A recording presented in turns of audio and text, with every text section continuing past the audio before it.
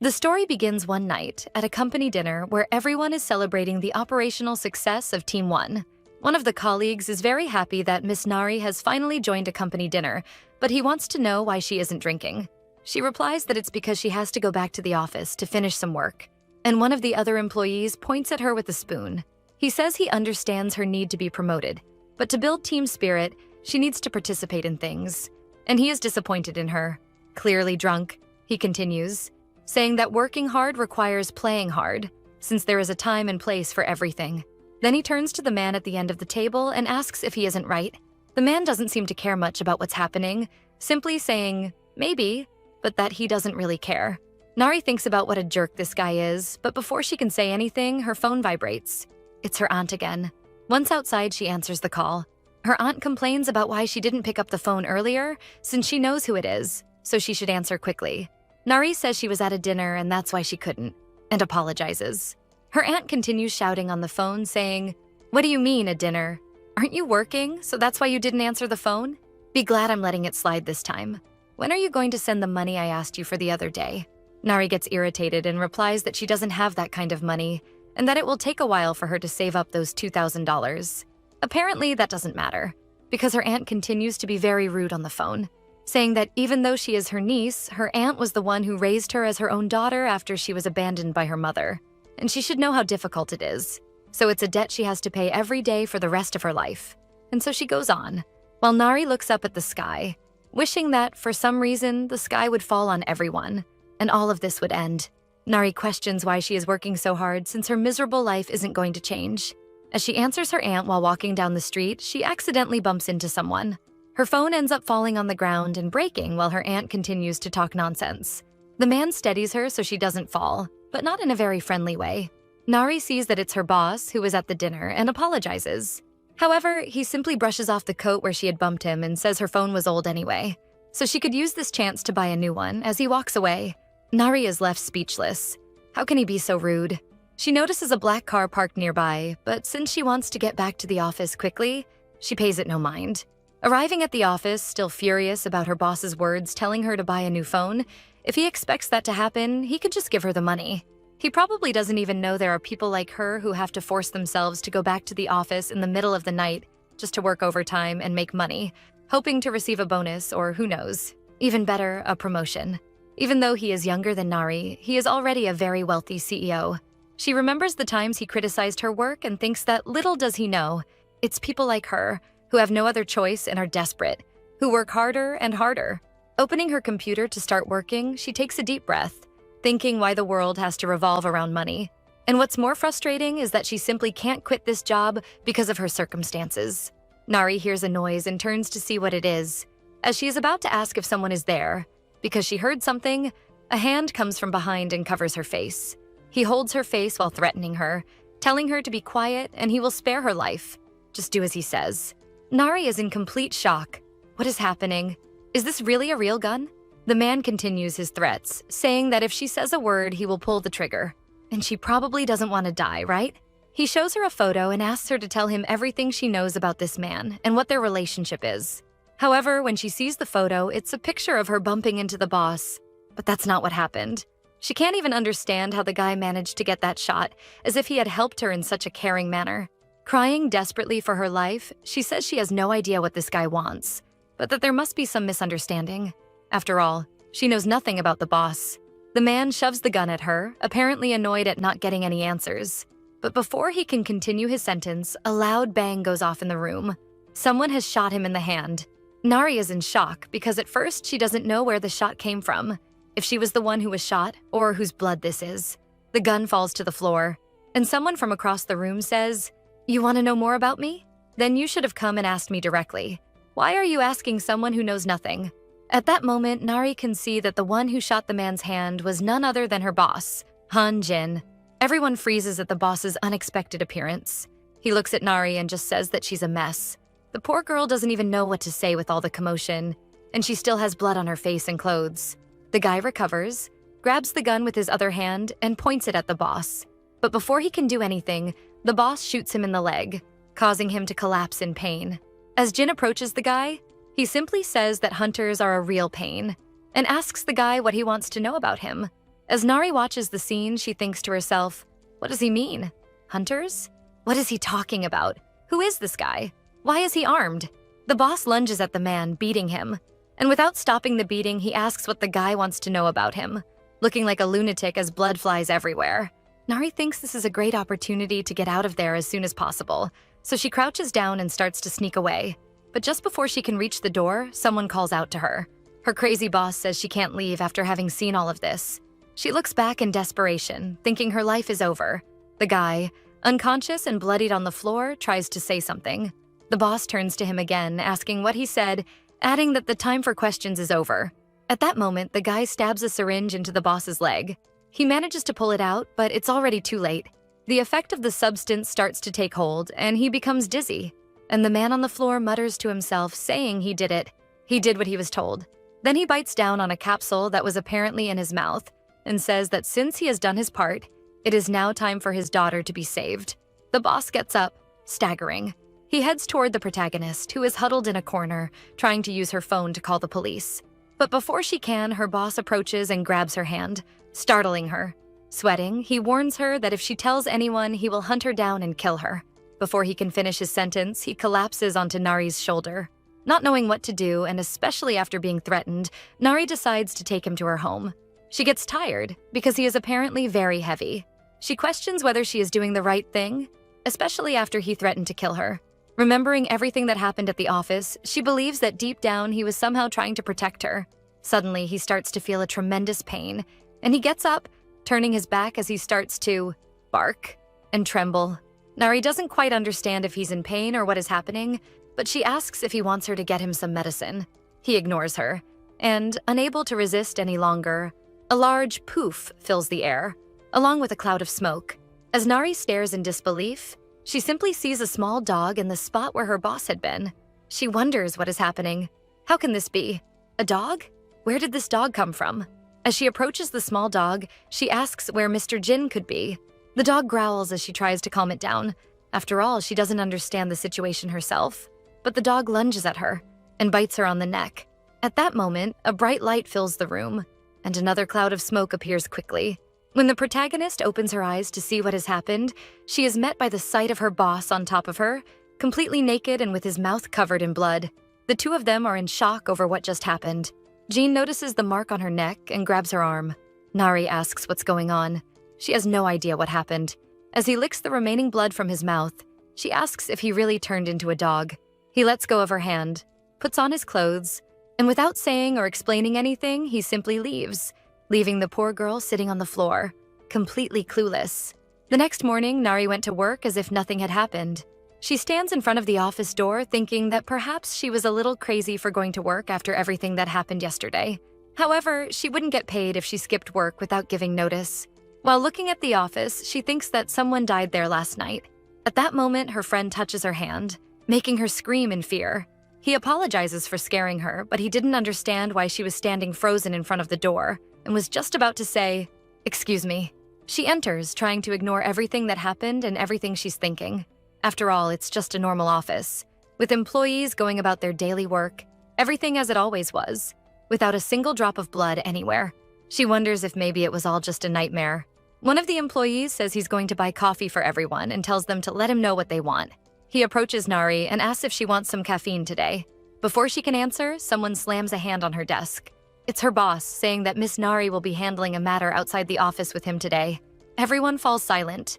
After all, he's the boss, and he just tells her to get a move on. She's afraid, and seeing her hesitate, he approaches and tells her to be quiet and come with him. If she doesn't, things will get ugly. The two of them leave, with her practically dragging her feet in fear. The other employees wonder why the boss chose her to handle an off-site matter with him. Could she be getting a promotion? One of them is even envious. In the elevator, Nari is sure he's going to finish her off. After all, she saw everything that happened yesterday. That strange man, that syringe, him turning into a dog. As she's thinking this, a loud noise comes from the elevator. It starts to shake and then rapidly begins to descend. She's sure it's the boss's doing, that this is probably it. Afraid, she crouches down and begs him to please not kill her. She promises she won't tell anyone what happened last night. She'll take everything she saw to her grave. So, she begs him to please spare her. However, the elevator suddenly stops and the elevator voice says, You have arrived at basement level 9. The boss, seeing the whole pathetic scene, just tells her to get up and follow him. Still terrified and confused, she follows him. It had never once crossed her mind that something like this existed beneath the office. She notices it's very cold there. Jin tells her to stop looking around and to sit down. Hesitantly, she asks why he brought her here, since she had already said she wouldn't tell anyone and would forget everything from yesterday, which is exactly why she didn't call the police, just as he had asked. She adds that she's feeling very dizzy at the moment. He says she's getting things confused. The elevator dings, and she believes this is either her chance or she's done for. The assistant manager and Jun from her team step out of the elevator. For a moment, she thinks she might be saved and starts to tear up, asking for help. She runs towards them and begs them to please help her, saying that Mr. Jun is threatening to kill her. Jun shoves her, forcing her into the chair. Meanwhile, the assistant manager informs Mr. Jun that they took care of last night's events. Looking at Nari, he says there's just one loose end left. That poof sound and smoke appear again. But this time, a wolf emerges from it and lunges at Miss Nari. Realizing that this time it's not a dog but a wolf, she understands that the assistant manager and her co-worker can also turn into animals. She's worked with them for over 11 months. To think they were all in on this together, able to turn into animals, it's bizarre. She asks the wolf what exactly this company they work for is. Is it really a company, or just a way for them to hide from society? That night, bullets were flying through the office, people were dying, and others were turning into animals. Meanwhile, the employees work normally in the same room every day, oblivious to what is happening. Is this normal? She keeps asking herself. A woman comes out of another room in that place, saying that it really isn't normal, but unfortunately, that's how the world is. For some, this world is abnormal, while for others, it's normal. The wolf turns around, calling this person Honey. Overjoyed, the wolf goes to her side and she asks them to let the young woman go. After all, this isn't a prison. As the wolf transforms back into a human, she introduces herself as Honey. And like these three, she is also a shapeshifter. Extending her hand to the protagonist, Honey welcomes her to the shapeshifter research team. Nari asks what exactly shapeshifter means, and the woman replies that she probably saw it yesterday, how her boss managed to turn into a dog and then back into a human, and now again how Sam turned into a wolf.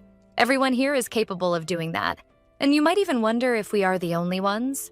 But no, approximately 10,000 people are capable of this in Seoul, and that number increases to 50,000 in total in Korea. In the world, this number rises to approximately 7 million. Even with this number of shapeshifters living in society, everyone is in secret, obviously. Nari questions why she is being told all of this. After all, isn't it a secret? The woman replies that it's precisely because she saw everything that happened yesterday, and now there's no turning back. The protagonist tries to say that she isn't interested in anyone's secrets, that she's already busy enough taking care of herself and working. Meanwhile, she gets up and thinks that maybe she has to get the hell out of this place as soon as possible. Walking backwards, she keeps saying that she can keep this secret for the rest of her life, but she ends up bumping into someone. And when she looks back, it's her boss, Jin. He says she doesn't look very well, but she's actually freaking out because she sees a gun in his pocket and is sure she needs to get out of there.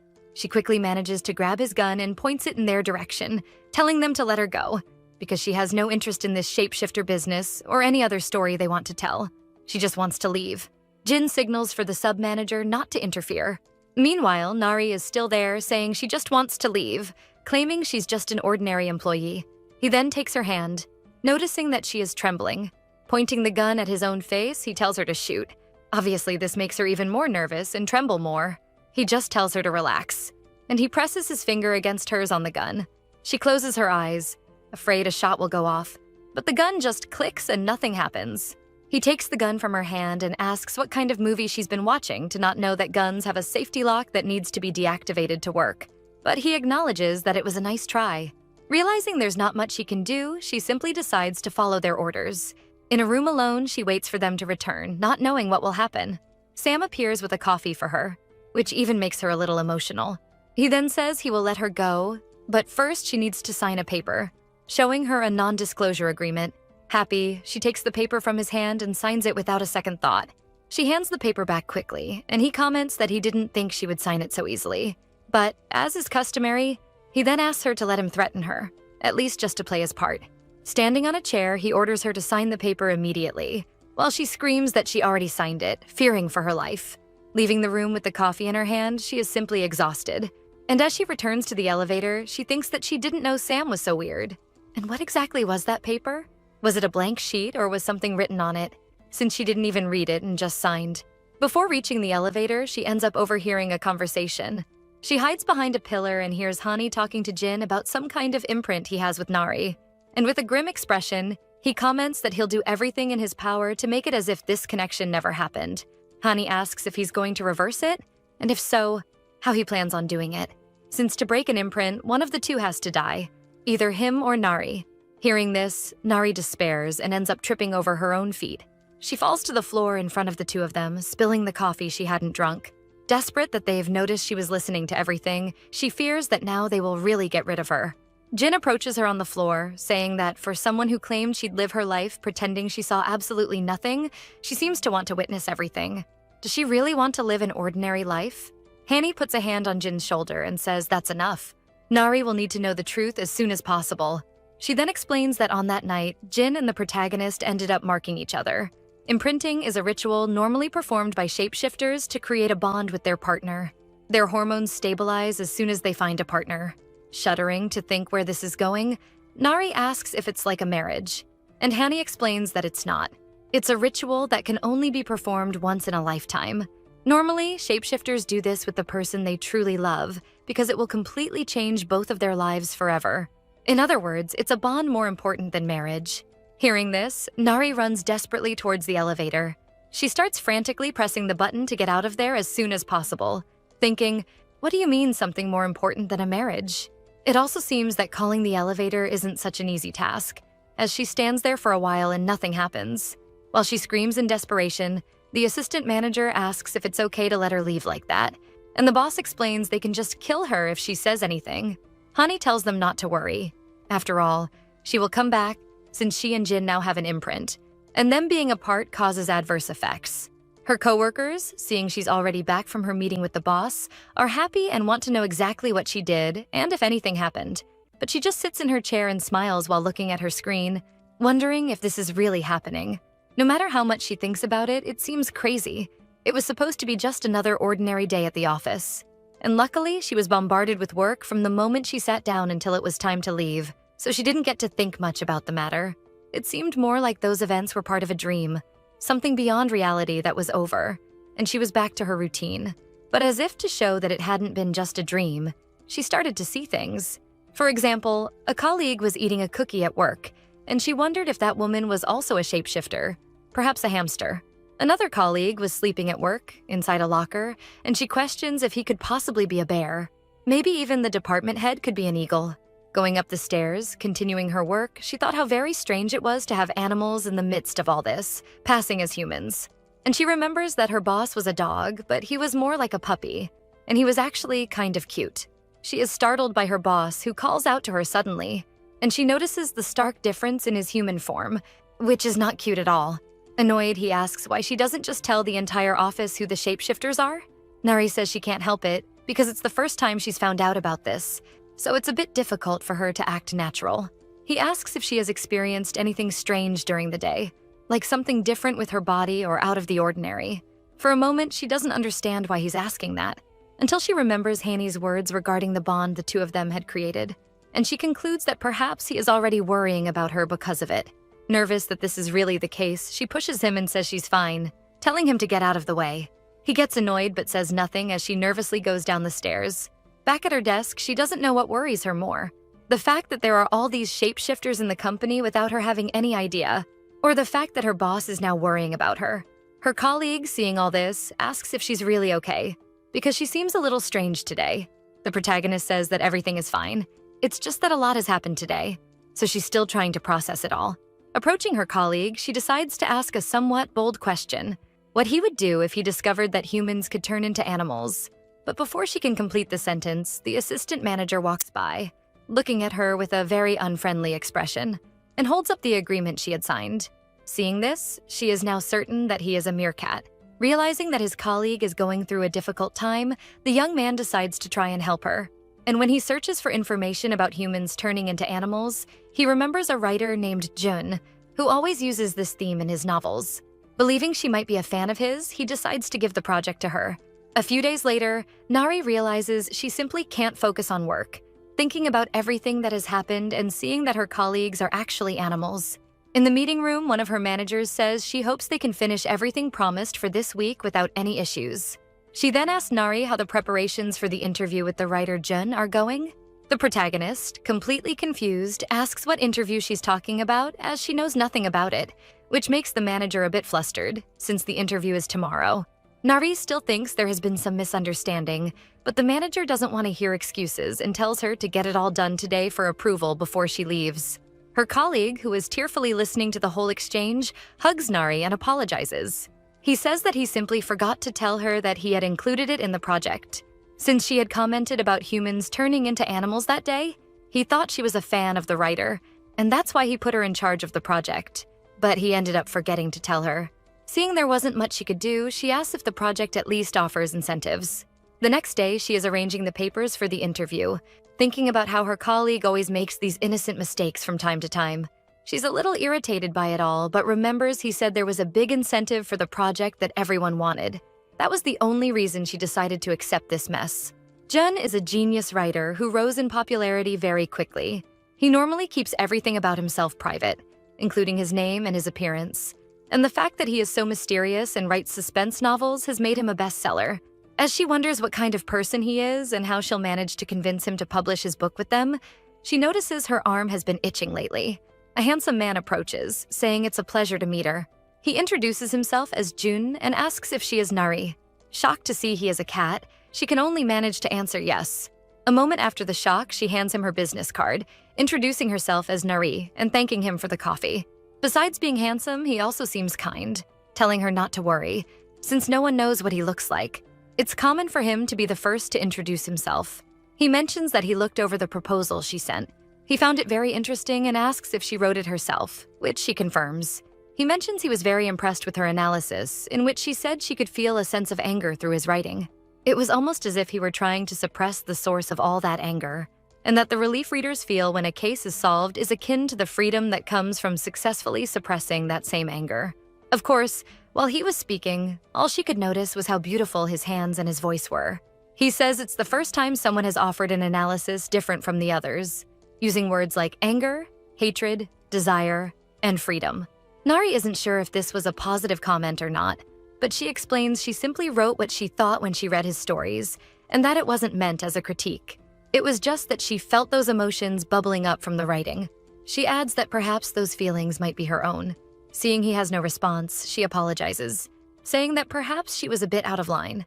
She adds that it might not be just her, but that other readers might also sense a contradiction. Before she can finish explaining, he says he'll do it, that he'll work with her on his next novel. Before he can say anything, she apologizes and says she'll call him later, since she has started feeling something strange in her body. Sam enters the room noticing something is wrong and asks if this is the so-called adverse defect, and explains that the assistant manager has already gone to get her. But Jim believes that's not enough and that he needs to find her in person. Sam questions if he's really going to leave the office like this. And the moment they step out of the office, everyone is stunned. How adorable the puppy Sam is holding is. Taking advantage of his boss being defenseless, he jokes around and asks if people want to pet the puppy. Not knowing what to do with the fur appearing on her arm, Nari tries to hide it with her hands. She gets up a few times to look and wonders if this is dog fur. Jun, who doesn't understand anything that's happening, asks if she's okay. Nari replies that she's fine, just feeling a little unwell, but nothing too out of the ordinary. Until a second puff occurs with dog fur now appearing. He notices she got nervous, stands up, and asks if he'd like to take her to the hospital. She says no, that she's fine. She's just going through something she can't quite explain at the moment. Finally, she realizes that the dog fur probably has something to do with her boss. Before she can take any action, Jun stands up and places his coat on her, which is surprising since he didn't notice the dog fur emerging from her chest. But okay. Jun remarks that she seems cold and that maybe it would be better for them to wrap up today's interview and for her to see a doctor as soon as possible, mentioning that she doesn't need to worry about his coat either, since she can simply return it the next time they meet. She bids farewell, apologizing profusely, and runs off, while he watches with the look of someone who knows what's going on. Sam is running with Jun in his arms while the dog is pissed, because Sam trolled him by having people pet him. The assistant manager contacts Sam saying he had been keeping an eye on her, but he lost sight of her when she ran off. At that moment, she opens the office door. Oh man, what a mess. Her colleague asks how the meeting went, but she doesn't even answer.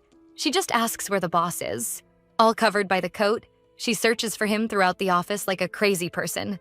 Meanwhile, he's behind her, desperate, looking for where she ended up, until finally they meet in the office corridor, and as if by magic, he returns to his human form, of course naked. In the basement, Hani is enjoying music while calmly drinking her coffee, until the two arrive shouting, asking what is happening and why they're feeling these things. She then explains that imprinting is a very significant act for a shapeshifter, precisely because it serves to stabilize their hormones and prevent transformation. Whenever a shapeshifter feels a very strong emotion, they end up changing into animal form without noticing. And because of that, it would be very difficult to keep it hidden in society, precisely why imprinting is so important, as it helps them control this change and remain stable. In addition, one condition must be fulfilled to achieve perfect imprinting, and this condition is precisely the two involved being in love. With shock at this information, they clearly failed this condition and therefore have formed an imperfect bond. Hani says that perhaps this isn't a bad thing, because in fact it's impossible to undo a perfect bond. Nari becomes desperate. How is she going to survive with dog fur growing on her body? Meanwhile, the young woman thinks that if she can't break this bond, she might try to do something to alleviate the adverse effects. She realizes that perhaps the effects occur due to location, maybe distance, or even the increased heart rate, because they were both running. Suddenly, she turns around and says she has a hypothesis. Perhaps the two bodies have developed an inability to stay apart from each other. This information clearly leaves both of them nervous and unsure how they will resolve. Hani decides that it might be important to conduct some tests. The first phase is to separate the two by approximately 5 meters, and instantly some side effects began to appear, coming to the conclusion that the two need to maintain a certain distance to remain in human form. Sam comments, "Your bodies need one another," and Nari gets angry with him, telling him to stop making it seem stranger than it already is. Hani says that until they find a way to eliminate the side effects, it would be important for the two to maintain a proximity of up to 5 meters from each other. She comments that the only vacant room there in the research center is precisely the one next to Jim's, creating a somewhat awkward atmosphere. He says that it seems there will be no other solution. And getting up, he says that perhaps it's time to clean that room anyway. Sometime later, and somehow, the protagonist ended up temporarily moving into the research center. And in the room next to Jim's, Nari ended up not refusing the offer, because it's always good to save on rent. But she knows she can't stay there forever. That room she was in, even though it was in the basement and had no natural light, it somehow seemed full of life. She ends up finding a photo. It was apparently a photo of Jim with someone else. But before she could see properly, he appears and takes the photo from her hand, saying that he had probably forgotten it here. And she asks that next time he please knock on the door before entering. Jim looks serious as he tells Nari that he promises to find a way to end all of this soon, as quickly as possible. That way, she will be able to forget that this ever happened in her life and return to normal. Before she can respond, he simply leaves the room. And Nari realizes that she had never seen that expression on Jim before, and she asks if perhaps the person who owned this room has something to do with it. She receives a message from Jun, saying that he hopes it wasn't anything serious and that he'll see her at the next interview. When she remembers Jun, she knows that she initially was only on the project because of the incentive and her colleague's mistake, but he really seems to be a good person. She ends up falling asleep quickly while her aunt is calling her on the phone again. The next day, they are going to work, and Nari thinks that at least the good thing is she doesn't have to take the subway or any public transport to get to work. Jim warns her that if she doesn't want to become a furball in the middle of the office, she'd better make sure to report every move she makes to him. When they arrive on the office floor, it seems there's some commotion. Nari approaches and asks what's happening. Everyone falls silent and looks a bit embarrassed, until one of her colleagues says that a woman claiming to be Nari's aunt is causing a scene outside the office. Nari runs off to see what's happening, and when she gets outside, she sees her aunt arguing with the security guard, saying her niece works here so they can't expel her. As soon as she sees Nari, she asks why she hadn't answered the phone. Forcing her to come to this place, Nari says this is her workplace, so she can't just show up and make a scene like that. But her aunt doesn't seem to care as she extends her hand asking for the money, the $2,000 she had mentioned. Her aunt says that if Nari had given the money earlier, she wouldn't have come to this place. The protagonist does everything to keep from crying in front of her aunt, especially at her workplace, and questions what she really is to that woman. Annoyed, her aunt begins insulting Nari, saying she's ungrateful, but before she can continue the insults, someone appears asking if it's only $2,000. Jin asks the woman if this will be enough. Nari, embarrassed, asks what Mr. Jim is doing, and her aunt, upon hearing this, changes completely, pretending to be the friendliest person in the world, saying that Nari always talks about the owner of the company she works for.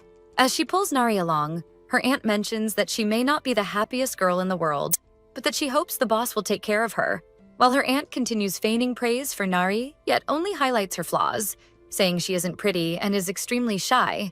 Jim doesn't seem to mind much as he fills out a form, until a comment catches his attention, when the aunt says exactly that she's glad Nari didn't take after her mother in terms of taste in men. Irritated, the protagonist can only think how pathetic and humiliating it is that she's grown accustomed to this feeling of helplessness. Jim puts away the pen and hands the woman the form he was filling out, while she obviously thanks him, saying it's more than enough. But before he releases the paper, he decides to remark that Nari truly has a beautiful face, even though he's struggling to find the words, which leaves everyone in shock. He puts his arm around Nari's shoulder and says that, since her aunt made his cutie pie uncomfortable, he asks her not to come to the office again in the future. He turns his back on the two insufferable people and says that if they have nothing more to say, they need to return to work. Inside the office, Nari asks what that was, but Jim simply replies that she needs to replace that old phone of hers and her number as well. After all, why is she entertaining that kind of person? The protagonist thanks him for his help, but says it was something he didn't need to involve himself in. Even so, she promises to return the money as soon as possible.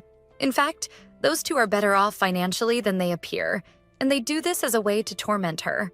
This comment makes Jim a bit irritated, and Nari continues saying that her uncles will simply gamble away the money he gave. Jin says that if she doesn't like it, she should simply curse them out, ignore their calls, and call the police if they continue harassing her. Upset and embarrassed by the situation, Nari comments that he makes it sound very easy to do all of this. But what does he truly know about her situation? Simply paying someone to leave her alone isn't part of her reality. As she cries, she continues saying that maybe a few $1,000s isn't a loss for him. But for someone like her, it's not easy to ignore the fear that has been growing for years, perhaps even decades. And what he did now is only making her feel more embarrassed. Turning around, she says she promises to pay the money back. No matter how long it takes, Jin is a bit confused whether he helped or only made the situation worse, but he says nothing.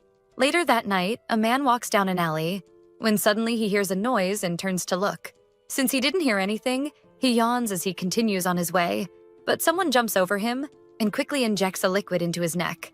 The man falls to the ground, feeling a strong heat, and suddenly horns begin to sprout from his head. As he looks at the culprit, he can only make out that their eyes are yellow like a feline's. Back at the research center, Ronnie complains about how many more of the shapeshifters who were drugged will show up. The assistant manager comments that there were 4 in total, and that the hunters probably carried out a simultaneous attack. Ronnie tries to understand why they are administering these drugs so aggressively. The young man, who is now the moose, says that fortunately he managed to escape, while Ronnie tells him not to speak because he has to conserve energy. The moose comments that he saw a shapeshifter. He's certain that the person who attacked him was a shapeshifter. Elsewhere, a black kitten enters a room saying that the drug administration was a success. However, it failed to capture the subjects. Someone seated in a chair asks what it feels like not only to go against the same race as her, but to go so far as to crush them. The black cat transforms back into a human, saying that it was nothing special. The next day, in the office, while Nari works, she remembers that she hasn't spoken to June since. That day when the first adverse effect occurred, she then decided to reply to the message he had sent to her cell phone. However, before she could finish writing, June appears saying he has a new off-site appointment that she must accompany him to. However, Nari decides she doesn't want to go, and simply says she's busy with something else at the moment. Her boss comes up to her and whispers that Hani says it's urgent, but the protagonist seems unwilling to give in, warning that what she's doing is urgent as well. Seeing that he couldn't convince her, Jin decides to try another approach. He simply grabs her chair and wheels her to the elevator while she shouts what he's doing. However, before leaving, she had managed to send the message to Jun, thanking him for the other day, and asking if he would be available for her to return the coat, to which he quickly replied that he's available at any time. Upon arriving in the basement, Nari is still seated in the chair, arguing with Jin for not letting her stand up until now, on the pretext that she would run away. However, when they reach the basement, Nari sees how many humans have partially transformed into their animal forms, apparently in a not-so-great condition. She quickly stands up and asks what is happening. The 3 who have been caring for all these people for several days are exhausted, sitting on the floor talking. The assistant manager explains that it was an attack by a hunter, and according to the informant they managed to plant, they are planning a new attack tonight at midnight in a casino. The target is a hyena shapeshifter who works alone during the night shift, and being away from her family makes her an easy target. Therefore, they have no time to lose and need to devise a plan to save her. Hanny says that to prevent new victims, this time they will strike first and strike with everything they've got. Because of that, they will need all possible help, and that includes John. Since the protagonist and he are now a package deal, they will have to go together. Hani asks if it's okay for Nari to accompany the mission. However, before Nari can react, Jean steps forward saying that he never agreed to this and questions why they have to bring her along. Hani explains that it's not because she wants to put Nari in that situation, but they need Jean and therefore must take Nari with them. Which I don't really understand, right? He's just a puppy. Anyway, and she continues. She understands why he is opposed, especially because she knows he can see it in Nari. But before she can finish the sentence, Jean tells her to be quiet and asks if nothing else matters to her. A tense atmosphere builds between the two, and poor Nari doesn't understand anything. After all, who are they talking about? Hani apologizes and says she only wanted to ask him to come along. Nari decides to intervene, saying she doesn't mind going along, especially because Jean needs to be on this mission. She can very well join the mission and hide in a corner while they do what needs to be done. They both look at her without answering, but it seems to be the only solution. That night at the casino entrance, Sam stays outside to ensure that no one enters the casino that night. Meanwhile, the assistant manager distributes the weapons for them to equip themselves, with everyone preparing. Even Nari receives one, despite not knowing what to do with it. Jin even jokes about how her stance was so good last time. She even fooled him by pretending to know how to shoot. He comes up behind her to help her understand how the weapon works, and she can only think that he's too close. He positions her hand and tells her that she always needs to disengage the safety before aiming. And almost whispering in her ear, he tells her not to forget that like last time. Inside the casino, the activity is normal. They've all already blended in with the other patrons. Or maybe they're just enjoying themselves. Until finally, someone enters through the door. It's a young man with a blemish on his face, and he immediately orders a whiskey from the bartender, who is the target for the night they must protect. As soon as the man drinks his beverage, another approaches, already placing a mask on his face. He simply throws a green smoke bomb and fires a shot into the air, telling everyone not to move. The assistant manager hadn't seen that coming and complains, asking what is really going on. Feeling his body grow weaker, Jin realizes he will lose consciousness, and they all faint in the middle of the casino. The men walk through the casino wearing masks and seeing the bodies lying unconscious on the floor. One of them says that everyone will regain consciousness in an hour and will have no memory of what happened there. Since their target is unconscious on the hall table, even before he can grab the woman, a red chip rolls across the casino floor. The man believes it was an accident that the chip fell from the table, and even starts remarking that this is how he bought his car. However, Sam grabs his hand, saying that this chip is actually his. The others become furious with Sam, since they were pretending to be unconscious. Realizing the plan is failing, the hunters decide to grab the target and run. As soon as they touch the woman at the counter, she drives a knife into the young man's arm. Removing the disguise, it turns out she wasn't the hyena woman but Hanny. Questioning why Sam didn't stick to the plan, the other guy, who is still conscious, begins shooting and reports over the radio that he needs backup. However, before he finishes requesting backup, he's surprised by a bullet to his ear. Jin also complains to Sam that if he had followed the plan exactly, they wouldn't be in this mess. Jin informs the assistant manager that the rest are probably outside, and he replies that he can sense there are about 15. Apparently, they brought the entire gang. So, they have to get ready to get out of there. Everyone agrees and heads toward the exit. Jin jumps over the counter to the hidden area behind, crouching. He asks if she's okay, and she nods, holding the gun in a somewhat peculiar way. Extending his hand, he says it's time to go. As they walk, the two men's bodies lie on the ground, and Jim asks her not to look. He leaves her there in an alley and asks her to wait until he returns. Additionally, he leaves her a little pink teddy bear button, somewhat peculiar, and instructs her that if anything happens, she should press that button. And with that, he runs off to find his colleagues. Nari notices that apparently he is being almost too kind to her, and it even reminds her of the day she joined the company, when she didn't know how to do anything and was just a nuisance to everyone. As she recalls what happened inside, Nari wonders if those people were really dragged away, until she hears a meow, and a cute little black kitten approaches her. However, we know very well that this kitten isn't so cute after all. Nari tells the cat that it shouldn't be there. Meanwhile, the rest of her friends are already positioned, waiting for the hunters. The assistant manager warns that they are there, to the side on the left. When Jin looks, there are indeed quite a few of them preparing for an attack. Jin tells everyone that they will strike all at once. They prepare themselves while Sam has already turned into a wolf. Sam runs first and immediately catches one of the men off guard, tossing him into the air. Meanwhile, the assistant manager fights in his human form, in hand-to-hand combat. The others hesitate due to the sudden assault, and even Hani is charging forward in her human form. Jin provides cover, shooting at those behind her, and then she gets into their car. Jin feels disgusted, just from the hunter's blood touching his face. The struggle continues among them, and Jin worries, because Nari is too quiet in the alley he left her in. Sam corners one of the hunters right beside Jin, whom he quickly knocks out. One of the hunters notices that Jin is strategically positioned in that area, blocking the advance. He wonders if there is something there, but before he can act, the assistant manager appears and takes the gun from his hand.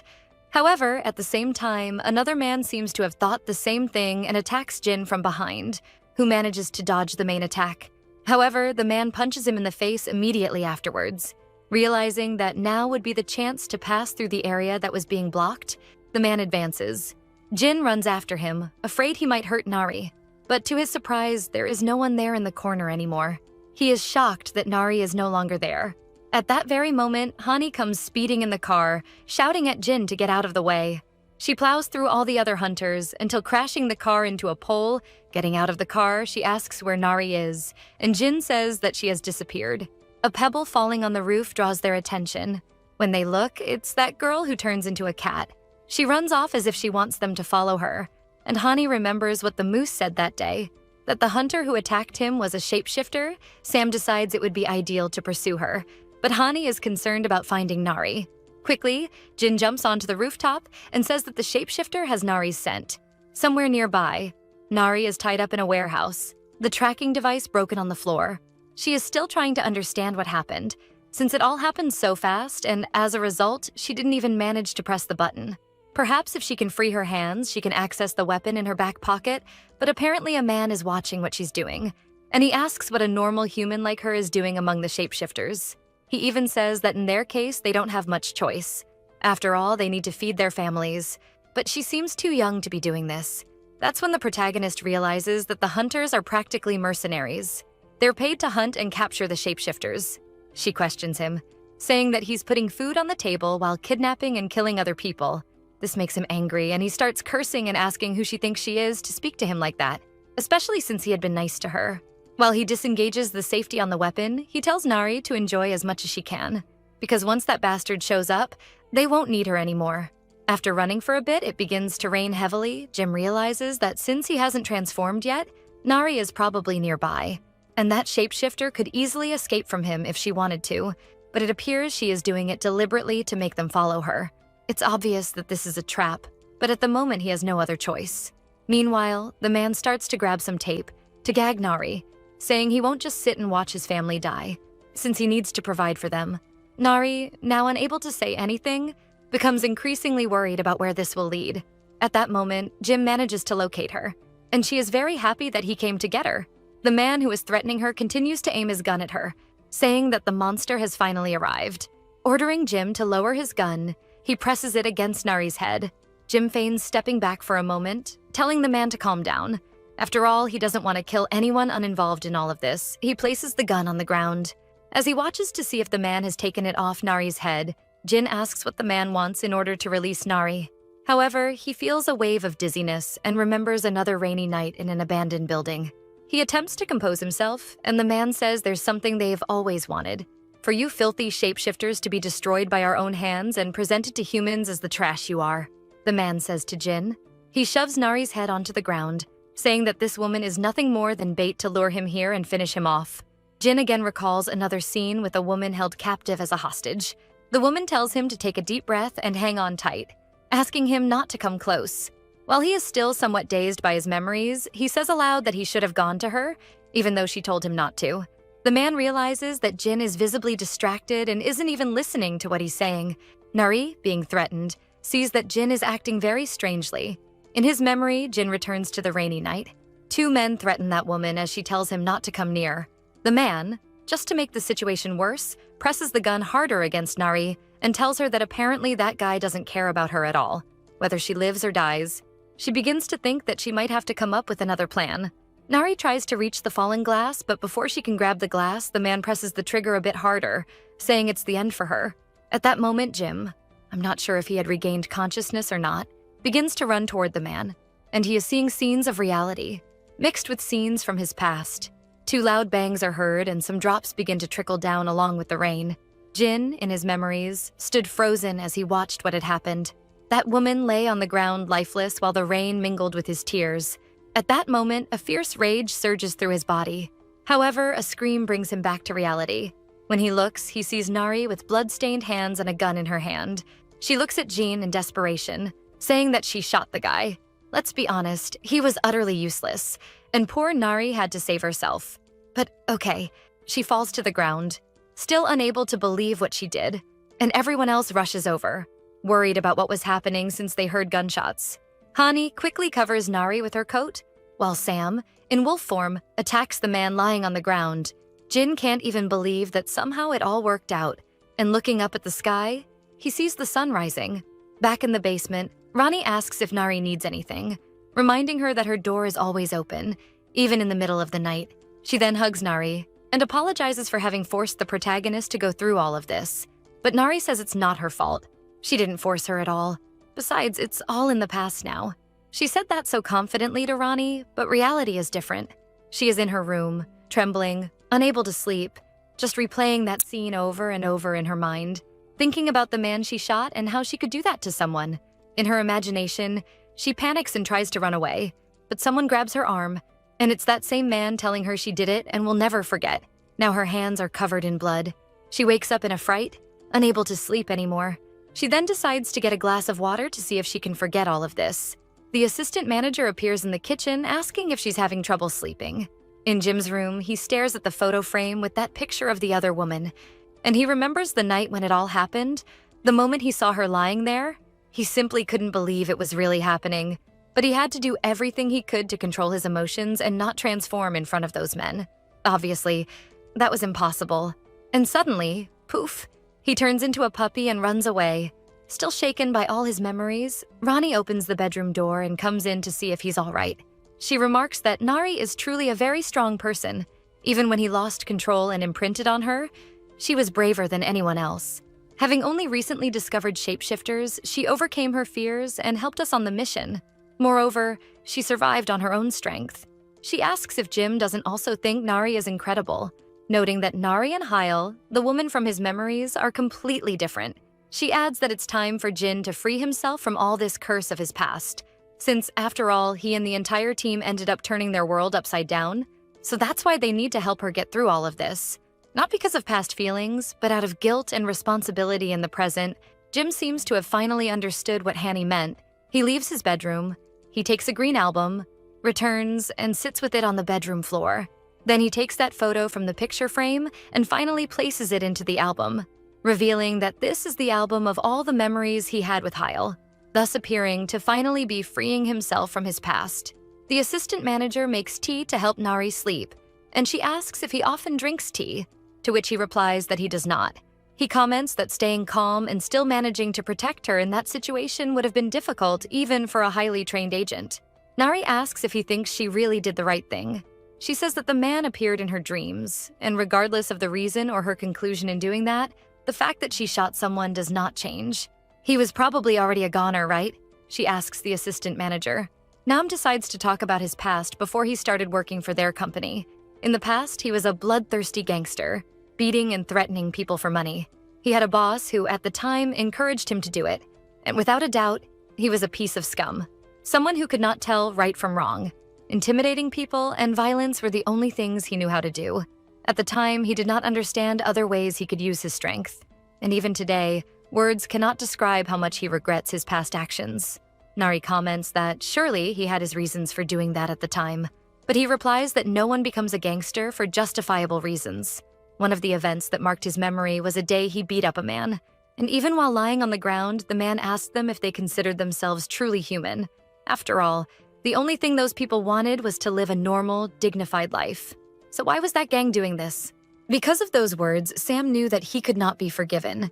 Even when he had the chance to stop, he continued to shift his focus to something else. His boss at that time was very grateful to him for being the strongest, and at that time offered him a job that would pay double. Of course he accepted. His boss at the door said there was no need to be nervous. Just go in there and find the guy. As soon as he entered the place, the door closed behind him. He tried desperately to open it, but to no avail. Startled, he realizes they threw something, and when he looks, there is a large net to trap him. Unable to do much, he ends up falling into the net, and immediately afterwards, several syringes are thrown in his direction. He tries to defend himself, but the syringes still hit his arm, and in this way, he immediately begins to feel sick and falls to the ground, until suddenly, he transforms into a meerkat. Trying everything to escape, he bites the net until he tears it, and thus manages to flee. Getting to a corner, he sits for a moment to recover and manages to return to his human form. Instead of feeling betrayed, he could only feel that he was being punished for his sins, the sins of having ruined countless lives. Thus, as if from nowhere, someone appears beside him, asking if he is a shapeshifter. Quickly, he jumps back, preparing to defend himself. But the man says he is one too, so he doesn't need to worry. He was Jin's father, known to everyone, leader of the Korean Shapeshifter Society, Mr. Jisong, and that's how they met for the first time. Mr. Jisong asked him if he didn't know this building was full of hunters. Nam explains that he knew nothing, that he was only sent there to check on some matters. Jin's father explains that those traps belong to him, and because of that, they have all been activated now, and the syringe was a neutralizer. But sensing the threat, he says he will need his help. Mr. Jisong remarks that his calloused hands likely indicate he knows how to fight, and asks if he was doing it to survive. Beginning the briefing on the plan, he explains that the objective is to reach the top, and since there is no electricity, they must use the stairs. Since the trap was triggered as soon as Nam entered the building, the hunters probably already know there's an intruder, so they need to act quickly. Even before they begin climbing, Nam says he can sense 4 people on the floor above them, and 5 on each subsequent floor. He explains that this is a special ability because he is a meerkat, which Mr. Jisong highly approves of, since it's very useful. One of the hunters watches the sun set between the stairwells until he is surprised by a blow to the back of the neck. Apparently Nam can no longer keep climbing the stairs, and Mr. Jisong asks if he isn't too young to already be so out of shape. He adds that it's great to have someone so vigilant by his side. Since his senses are so sharp, he'll probably use that in everyday life. Nam replies that he does, but remembers the terrible things he did using his ability. Before he can vent, several sounds of fighting are heard on the upper floor, and they continue climbing, defeating all the hunters in their path. Nam asks what exactly is on the top floor that Mr. Jisong would be alone in a place like this. As he looks at the guard standing at the door, he says he will soon find out. He quickly takes the man by surprise, defeating him. He then begins to pick the lock of the door. Shortly thereafter, reinforcements appear. Nam reacts quickly, defeating one of them, but the other manages to get through and heads toward Mr. Jisong with a bat. Before he can land the attack, Nam runs forward and blocks the blow with his arm. However, due to the force applied, it also hits his head, causing it to bleed. Even so, he reacts and knocks the man out. Mr. Jisong realizes he can count on Nam to continue opening the door, but 2 more henchmen appear, attempting to shoot them both. However, before they can hit, Nam rushes forward and quickly knocks both of them out. Reaching his limit just as Jisong manages to open the door, he collapses to the ground, a bit dazed, and from that locked door emerge several shapeshifter children. As Nam loses consciousness, he realizes that this was what they were trying to save. Or rather, what Jisong had been trying to save from the beginning. Sometime later, he wakes up in a hospital room. Someone tosses a can in his direction. It is Mr. Jisong who is there. Nam has many questions to ask, but he decides to ask first why Mr. Jisong risked so much in that place, knowing there were so many hunters. He says as if it were nothing, that it was because he was sure Nam would help him. And as if to taunt him, Mr. Jisong asks Nam how he felt. After all, he didn't just save Mr. Jisong, but helped rescue those innocent children who had been kidnapped by the hunters. It was precisely those strong hands of yours that helped make this happen. Placing a small piece of paper in Nam's hand, Mr. Jisong says that this is what strength should be used for. As he leaves, he finishes the phrase, saying that giving back or protecting something is better than taking something. Nam becomes very thoughtful for the first time, trying to focus on what matters and not just divert his attention from what is right. Looking at the paper, he notices that it is Mr. Jisong's publisher's card. Back in the present time, Nam, who is now the assistant manager, apologizes to Nari for telling such a long story, but he wanted to explain to her exactly what the company's former owner had told him. Thus, he bows to Nari and thanks her for using her courage and strength to keep not only herself but also them, the shapeshifters, safe. She becomes somewhat frustrated, not knowing what to respond to such formality, and simply says she is glad to have been able to help, realizing that the assistant manager was trying to help ease her conscience a bit, and she says that now she understands why he told her that story. Changing the subject, not that much, Nari asks what Jin's father was like. Was he the one who founded the publishing house? Nam comments that he was a man with broad shoulders, so broad that you felt you would never lose your way while following him.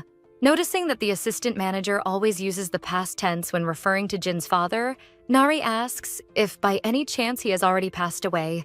Nam explains that unfortunately Mr. Jisung disappeared last year. Returning to his room, Nam finds Jin in the hallway and says that perhaps he should say something to Nari as well. Seeing that Jin didn't answer, he asks if that's not why he's standing there, waiting in the hallway in the middle of the night. But it seems that Jin is feeling guilty for not saving her and says he has no right to face her. The next day, Jim is in the basement trying to figure out what's going on with that girl who turns into a cat. Why would a shapeshifter ally herself with the hunters? He recalls that she seemed to be around 20 years old, and he begins researching the information he has on shapeshifters. Until, in the system, he finds a perfect match. According to the system, theoretically, she has been missing since June. With this information, he wonders, where could these missing people be?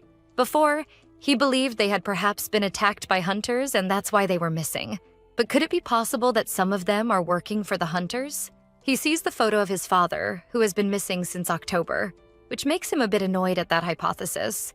On the upper floors in the office, one of Nari's colleagues is working while staring at her, believing that she is working hard again, which even excites him, wanting to be as professional as she is. But the truth is that she is sleeping. The manager notices and abruptly wakes her up. Before she falls out of the chair, Jim appears holding her and says it was actually because he made her work overtime yesterday. He also tells her that he needs her to come to his office. Everyone in the office is surprised at how their relationship has changed in the last few days. Some are even jealous. In the office, Jim tells Nari that he needs to ask her something. But when he looks at her, he sees she doesn't seem well, and she says she couldn't sleep the night before. He then stands up, seats her on the sofa, and places a coat over her shoulders. Back at her chair, he tells her to rest until the end of the night, promising to keep it secret from her manager. After some time, as always, Sam enters Jim's office without knocking. He notices Nari sleeping on the sofa, and Jim asks him to be quiet. Sam then takes advantage and lies down on the sofa too. Of course, Jin questions what he's doing, but Sam says he's tired too. Before he can lie down, he's kicked out by the boss. After a long nap, Nari wakes up all disheveled, not even knowing where she is, and asks Jim how long she slept. He comments that she was probably very tired. After all, she even snored. While she panics, apologizing, he sits beside her to fix her hair and says he was only teasing, trying to break that awkward mood between them from yesterday. Jim comments that she was probably having a good sleep. Smiling, Nari says that for the first time, yes, changing the subject, or rather returning to it, Jean explains the real reason he called her to his office. He asks if yesterday, before she was kidnapped, she had contact with anyone other than the hunters. Recalling the events of last night, Nari says she doesn't remember anything, until Jin points out that animals count too.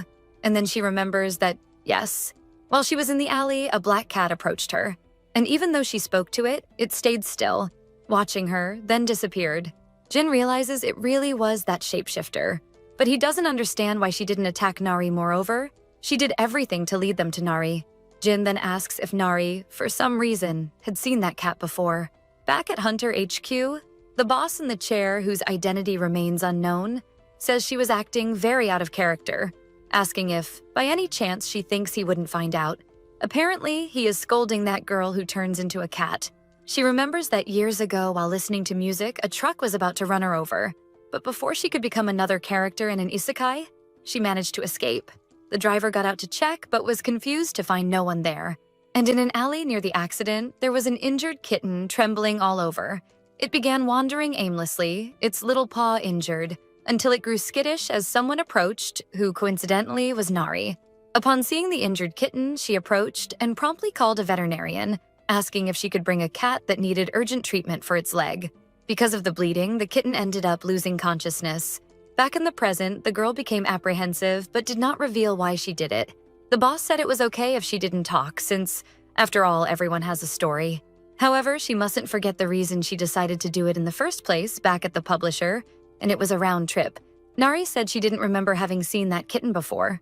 Returning Jim's coat, she said that if there was nothing else she could help with, she would go back to work. She thanked him for the coat and the nap, and somewhat embarrassed, asked if she could perhaps request a favor.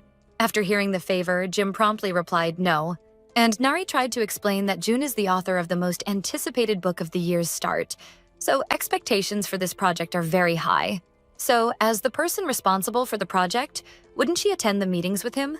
Just because she couldn't be physically away from Jim, he said that wasn't the only problem. And if something happened while she was there, and if she were attacked, how would she explain that to Jun?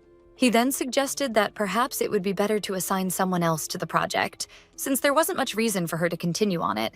Not wanting to leave the project, Nari asked if he had forgotten that she went on a dangerous mission because of him, and even teased him by saying she almost died on that mission, and he couldn't even grant this simple thing to her. Cornered, only one option remained. For him to attend her meeting with the author Jun.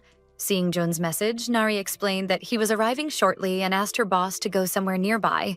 Jun got irritated because she made him go there and now wanted him to hide. She explained that the author keeps his identity secret, so he might be uncomfortable seeing anyone besides her there without permission. Looking around, he retorted that there wasn't even anywhere to hide. Nari pointed to the bathroom door near the table. Not believing what she had gotten herself into, Jin ended up in his new hiding spot, the bathroom. Obviously, it wasn't a good place since several people kept knocking, complaining that he was taking too long. Seeing Jun's profile on her phone, Jin had the feeling that something seemed off about this guy. Meanwhile, at the table, Nari returned the coat to Jun, thanking him, and said she was glad to see that she was doing better. Nari tried to focus, even while admiring Jun's beauty, and said she had read the synopsis of the new novel he sent. Unlike his other novels, she was impressed that this time the main conflict between the characters would be a romantic friction. She said she was excited to see something different since he normally doesn't write about love. Jun replied that this was true. He had never even thought of writing about it before, but he could say that he was a bit intrigued, poor thing. Why is she doing this, sir? But we wanted to talk. No, I think he's the big bad boss. Quite the spitting image, right? Seeing that she still hadn't responded to his hint, he simply gives a small smile. Nari wonders if all this flirting is just in her head, or if it's really happening. Trying to concentrate, she wonders how someone like him could be interested in her. Deciding to ask about the novel, she says she was intrigued to know why he's featured a human who constantly transforms into an animal in his works from the very start. And even in this new novel, the same premise applies? By any chance, is there a particular reason you write this way? He smiles and asks if, by any chance, she has ever seen a human transform into an animal before. And he says that he himself has witnessed it before. But the boy is smooth, and he amends his phrasing by saying he meant in a figurative sense. Of course. Nari breathes a sigh of relief, having been frightened that he might also know about shapeshifters. He explains that the figurative meaning refers to someone living an ordinary life who actually has two faces, being deceptive and possessive, like a wild side hidden from others. This makes her think of herself, and perhaps even of what happened that night. However, is hiding part of yourself or trying to conceal your weakness really such a bad thing? Nari tells Jun that, in fact, she's always felt a bit uneasy about the villains in his novels and how they're always desperately trying to hide their secrets. She doesn't believe it's so wrong to keep something private. After all, everyone has a secret they don't want to share, as long as that secret doesn't harm others. To her, the real villains are those who expose it. He glances at his watch and says he has another appointment, so he must leave. Nari agrees and bids him farewell. But before he goes, he drops a case on the floor and tells Nari that in this world, there are secrets that can hurt others. He bends down to pick up the case that fell and returns it to her. Jun says he really enjoyed their conversation today and that they can meet again at the next session. He also points to her lips and says that shade suits her very well, which makes the poor girl blush furiously. From the bathroom, Jim watches the entire embarrassing scene. Realizing there were intentions beyond work and insisting on this meeting, he wonders if that guy is her type. As Jim walks toward Nari, he passes by Jun and feels a strange sensation. But when he looks, Jun is no longer there. Nari asks if they're heading straight back to the office. And agreeing with her, Jim begins to think it can't be. That guy is the same bastard he knows. Outside, Jun mutters to himself that Jim hasn't changed at all. In the car back to the company, the mood is tense. Jim aware of the whole situation that happened, and Nari all shy from the flirting she received. Unable to hold back, he comments that now he understands why she was so insistent on this meeting. She pretends she doesn't quite understand what he means, but he asks her to look at herself in the mirror and see how she looks now, since her cheeks and ears are red. When he looks at her to comment on her lip, he himself turns red with embarrassment, saying that her lip actually looks like a tomato. Annoyed, Nari asks what it has to do with him if her face or lips are red. He says it really has nothing to do with him, but he would like to say that the lipstick she chose today doesn't suit her at all. Unlike the reaction he expected, that left her a bit upset. She wipes the lipstick off with her own shirt, and when she looks at him all smeared, she asks if he is happy now, walking off angrily back to the office. He realizes he messed up. Running her hand over her smudged lipstick, Nari is irritated that she got excited over something so silly. When she returns to the office, her colleague asks how the meeting went, but Nari interrupts, asking if by any chance she wears lipstick. She then hands that lipstick over. It was a lipstick, not the case. Wow, it looked huge to her colleague, and says she only used it once, but it didn't suit her. And if she doesn't want to wear it, she can simply toss it out. Seeing that she is a bit upset, her colleague decides not to comment further on the matter. Nari says goodbye to Lee, but just as she walks away, an ominous shadow approaches from behind her colleague. When she turns around, she is confronted by Mr. Jin, who asks if by any chance she is close to Nari. As soon as Nari arrives in her room, her phone begins to ring. When she looks, it's a message from her colleague saying that Mr. Jin practically interrogated Nari, asking about her preferences. Her colleague says she is scared and doesn't know what is happening. Nari realizes that he is probably feeling guilty for what he said to her, and is trying to get her to say that everything is fine, which makes her even more irritated, because he isn't doing this out of remorse, but only because he wants to ease his conscience, since she won't do what he wants. As soon as he enters the basement, he sees Nari in the kitchen, and with a forced smile, he says he noticed she left early, which makes her even more annoyed, and she doesn't even respond to him. At dinner time, everyone is gathered, eating and chatting normally, except for Jim, who isn't quite sure what to do for Nari to forgive him. He decides to take the first step and asks if she can talk with him later. Of course, she refuses, saying she's very busy, and everyone eats the food, curious about what's going on. He asks exactly what she is busy with, which makes her practically fling a little egg at his face. And with a somewhat angry look, she asks what gives him the right to ask that. Ronnie realizes there's a very tense atmosphere between them. Later, still not giving up, Jim stands in front of Nari's bedroom door. Upon knocking, she tells him to come in, and inside she's there with the assistant manager and Sam. Reading some books, Nari comments that they are in the middle of the book club meeting, so she says she will return later. Again, he knocks on the door, and this time she is training boxing with Ronnie. She informs him that she's in the middle of training and can't talk right now. Again, he says he'll come back later. Ronnie starts rolling on the floor laughing, saying she's never in her life seen Jim act this way. It's simply hilarious. After her laughing fit, she tells Nari that perhaps it would be better for her to stop avoiding the club. After her shower, Nari comes out of the bathroom and comes face to face with Jim waiting for her outside. He asks if they can finally talk now. Not believing that he was literally waiting for her to finish her shower, Nari questions what could be so important that he wants to talk about.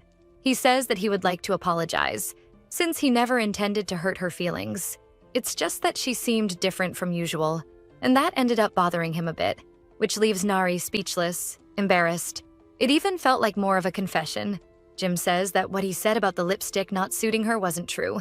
Quickly, he turns away, saying that it's getting late and that she should also go to sleep, since he doesn't want her yawning and dozing off at work tomorrow, although it was obvious that his neck was completely red. Back in her room, Nari wonders exactly what that was. Could it be that Lee asked him to apologize or something? But when she looks at the message, Lee says she just told him she didn't know and ran away, so probably no one forced him to say those things.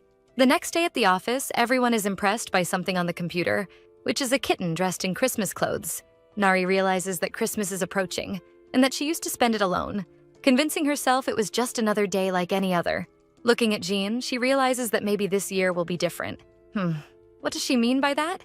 But she means that she will spend it gathered with the shapeshifter crew.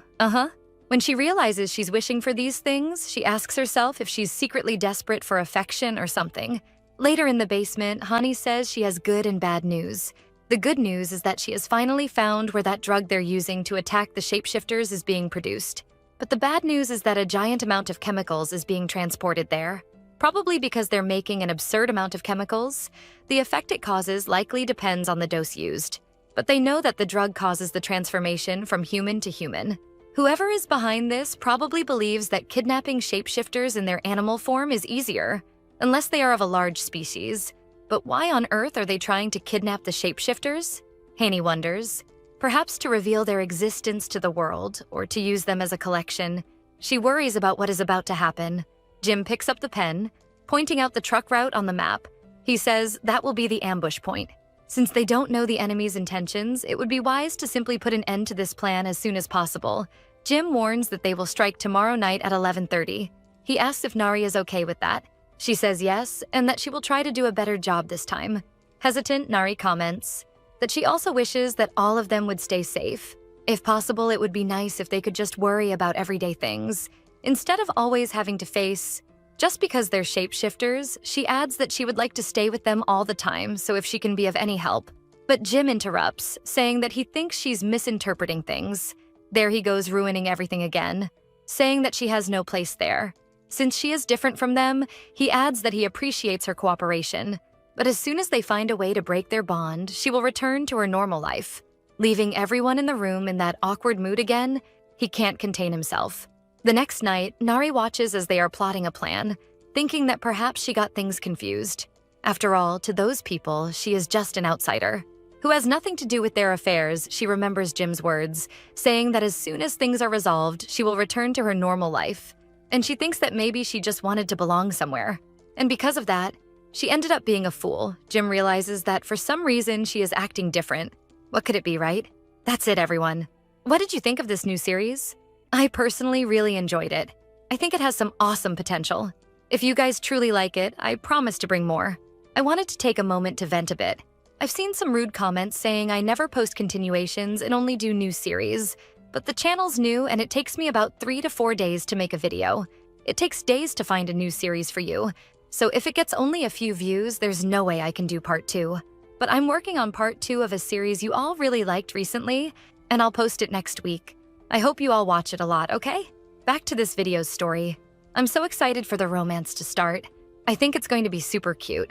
For anyone who doesn't have the patience to wait, the series is called Keeping My Boss on a Tight Leash, and I've covered up through chapter 23. Enjoy it a lot. Don't forget to subscribe to the channel and hit the bell so you don't miss the next videos. Kisses, and see you next time.